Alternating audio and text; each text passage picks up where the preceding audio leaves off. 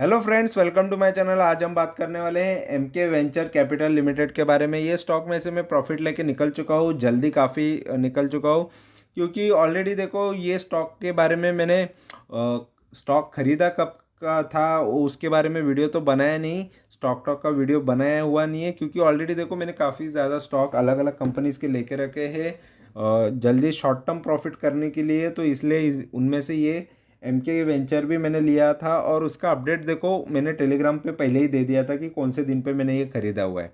ठीक है, जो लोगों ने टेलीग्राम चैनल को ज्वाइन करके रखा है उनको एमके वेंचर वहाँ पर आपको नज़र आएगा कि वहाँ पर मैंने एमके वेंचर भी मैंने लिया ही करके बताया था। और उसमें से देखो जैसे लेने के बाद कुछ दिनों बाद ये अच्छा खासा ग्रो हुआ है और अच्छा प्रॉफिट इसमें से मैं लेके निकल चुका हूँ। देखो ईयरली जो एनुअल सीएजीआर होता है किसी भी बड़े इन्वेस्टर का, तो वो उसको हमको क्रॉस करना चाहिए, या कोई म्यूचुअल फंड है उसके रिटर्न जो होते हैं उनको हम क्रॉस कर सकते हैं तो काफ़ी बड़ी बात हो सकती है। तो फिलहाल हम वही कोशिश करते हैं।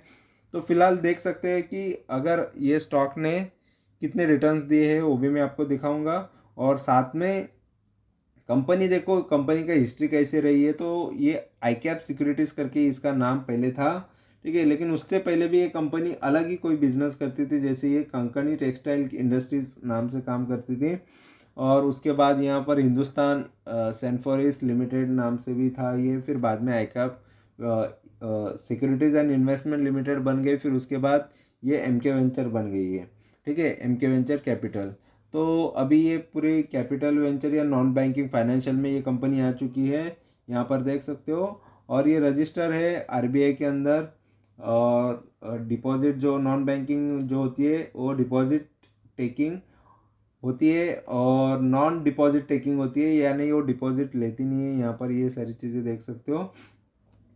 और द और बाकी भी चीज़ें इनके के हेड ऑफिस और ये बाकी सारी चीज़ें आपको यहाँ पर नज़र आएगी, और इनके एक्विजिशन भी किसने कितना ही किया है वो सारी चीज़ें यहाँ पर आपको नज़र आ जाएगी। तो फिलहाल हम यहाँ पर ज़्यादा यहाँ पर इंफॉर्मेशन इन कंपनी के बारे में है नहीं, जस्ट यहाँ पर आपको ये कंपनी के बारे में अबाउट में जो कुछ है यहाँ पर मैंने बता दिया है। तो फिलहाल यहाँ पर ये हम देखते हैं इसके फंडामेंटल और बाकी सारी चीज़ें देख लेते हैं। तो एमके वेंचर का फिलहाल देखो प्राइस कहाँ पर चल रहा है, और मैंने कौन से भाव पे निकला उसका स्क्रीनशॉट मैंने मेरे टेलीग्राम चैनल पे डाल दिया है। ठीक है, और देखो सारी चीज़ें फ्री है, फ्री का नॉलेज मैं दे रहा हूँ, और आपसे कोई उम्मीद भी नहीं है कि आपने आगे जाके कुछ कोर्स या कुछ ये करूँ। तो मैं कोर्सेस वोर्सेस के चक्कर में नहीं पड़ता, मुझे जस्ट नॉलेज शेयर करना है और मेरा रिकॉर्ड बना के रखना है। अगर देखो मार्केट कैपिटल की बात करते हैं तो देखो 589 करोड़ का मार्केट कैपिटल है, और यहाँ पर देख सकते हो 977 पर ये स्टॉक था, वहाँ से 1800 भी गया है ये रिसेंटली 1800 भी गया है, इसने हाई जो मारा है ये 28 का पी है, 216 का बुक वैल्यू है। आरओई कुछ यहाँ पर आपको नज़र नहीं आएगा, डिविडेंड यील्ड भी नहीं है, 10 रुपये का फेस वैल्यू है। तो ये सारी चीज़ें देखेंगे, काफ़ी इसमें ख़राब चीज़ें आपको देखने भी मिल सकती है। और फिलहाल यहाँ पर मैंने ट्रेडिंग पर्पस से ही लिया था ये स्टॉक को। देखो काफ़ी उतार चढ़ाव एक साल में भी आपको नज़र आएगा, तो स्टॉक काफ़ी उतार चढ़ाव करता है, इसलिए मुझे जैसे ही प्रॉफिट दिखा मैं निकल गया इसमें से। ठीक है, 3 साल की बात करते हैं तो देखो 3 साल में ये 2021 से 19 रुपये का स्टॉक हुआ करता था। देखो कितने मल्टीबैगर रिटर्न बना दिए इसने। 19 रुपये पे अगर आप इसमें 1000 शेयर या 500 शेयर भी लेके रख देते तो देखो ये 1800 तक जा चुका है, यानी काफ़ी अच्छे रिटर्न इसने दे दिए हैं। ठीक है, तो इस तरीके से कुछ लोग मल्टीबैगर रिटर्न कमा लेते हैं। तो यहाँ पर ये 2019 से ही डेटा आपको मिल जाएगा यहाँ पर। ठीक है, 5 साल की बात करेंगे तो, और उसके पहले यहाँ पर देखते तो 2014 से, तो यहाँ पर देखो 15 रुपये का स्टॉक हुआ करता था। 15 रुपये का स्टॉक यहाँ पर काफ़ी समय तक एक ही रेंज में चल रहा था। ऐसे जैसे आपको लगता है कि जैसे मार्केट में पैसे डाल देते हो वैसे बढ़ना चाहिए, तो ऐसा नहीं होता है। 2014 से लेके ये 2021 तक यहाँ पर कोई खास यहाँ पर रिटर्न ये कंपनी ने दिए नहीं थे, जस्ट थोड़े हल्के फुल्के रिटर्न या डबल टिबल तो थोड़ा कर दिया था पैसा, लेकिन 2014 से 2021 तक यानी ज़्यादा साल भी नहीं हुए। ठीक है, तो इतने साल तक तो ये यही रेंज में चला, अभी रिसेंटली ये बढ़ा है। तो ये होता है कोई कोई शेयर के अंदर रिसेंटली, कभी बहुत साल से आप किसी स्टॉक को होल्ड करके रखते हो, फिर लेकिन सडनली वो बढ़ जाता है और आपके रिटर्न्स काफ़ी अच्छे बन जाते हैं। मैक्स की भी बात करेंगे तो यही है, 2005 के टाइम से जो भी होल्ड कर रहा था उसको कोई खास रिटर्न इतने सालों तक कुछ नहीं मिला। फिर उसके बाद जिसने ज़्यादा टाइम तक होल्ड किया उसको ये सारे रिटर्न मिल गए। ठीक है, तो ऐसे ही होता है। और अगर हम देखते हैं तो देखो इसके अंदर कंपैरिजन करेंगे तो यहाँ पर बजाज फाइनेंस ये टॉप की कंपनी है, उसके बाद ये बजाज फिनसर्व, जियो फाइनेंशियल है, बजाज होल्डिंग है, चोलामंडल है, श्रीराम फाइनेंस, एचडीएफसी एमसी है, फिर एमके वेंचर एंडिंग में आता है जिसका मार्केट कैपिटल ऑलरेडी कम है इस वजह से। और अगर हम देखते हैं क्वार्टरली रिजल्ट तो देखो क्वार्टरली में आपको नज़र आएगा इसके सेल जो है तो ये 14 करोड़ से यहाँ पर ये 8 करोड़ तक यानी घट गए हैं सेल। नेट प्रॉफिट देखेंगे 9 करोड़ से यहाँ पर 5 करोड़, यानी ये भी प्रॉफिट भी घट गया है। तो कोई खास बात थी नहीं, फिर भी ये स्टॉक काफ़ी अच्छे रिटर्न दे दिया।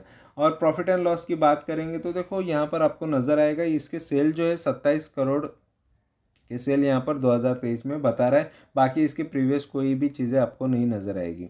देखो ये 10 साल से ये जो स्टॉक है 10 साल से 59% सालाना यानी लगभग 60% आपको सालाना रिटर्न दे रहा है, यानी काफ़ी ज़बरदस्त रिटर्न ये आपको सालाना दे रहा है। अगर देखा जाए तो 10 साल से रिटर्न नहीं दे रहा है, ये जस्ट 2-3 साल में जो रिटर्न इसने दिए हैं उसी से ये 59% सालाना रिटर्न ऑटोमेटिकली बन गया है। 5 साल से 138% सालाना रिटर्न बन रहे हैं, यानी हर साल में आपको 100-150% के रिटर्न दे रही है। 3 साल से देखा जाए तो देखो 3 साल में हर साल आपको 321% सालाना रिटर्न दे रहा है, जस्ट 1 साल में 22% दे रहा है।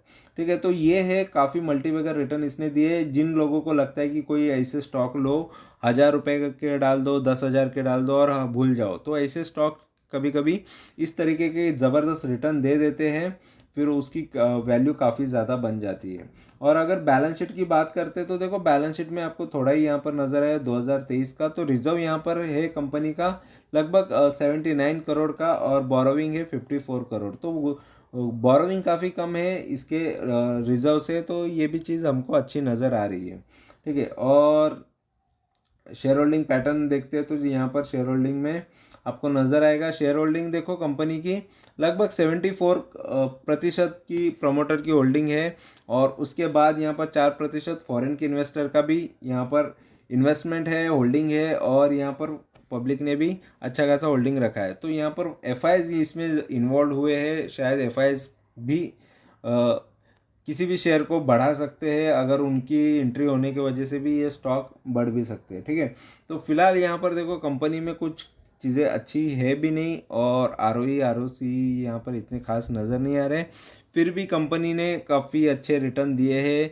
तो जस्ट कुछ न्यूज़ होती है तो न्यूज़ कोई पॉजिटिव आ जाती है उसके बारे में, तो भी ये चीज़ होती है। ठीक है, तो यहाँ पर एमके वेंचर ने मुझे रिटर्न दिए, इसमें से मैं निकल चुका हूँ फ़िलहाल।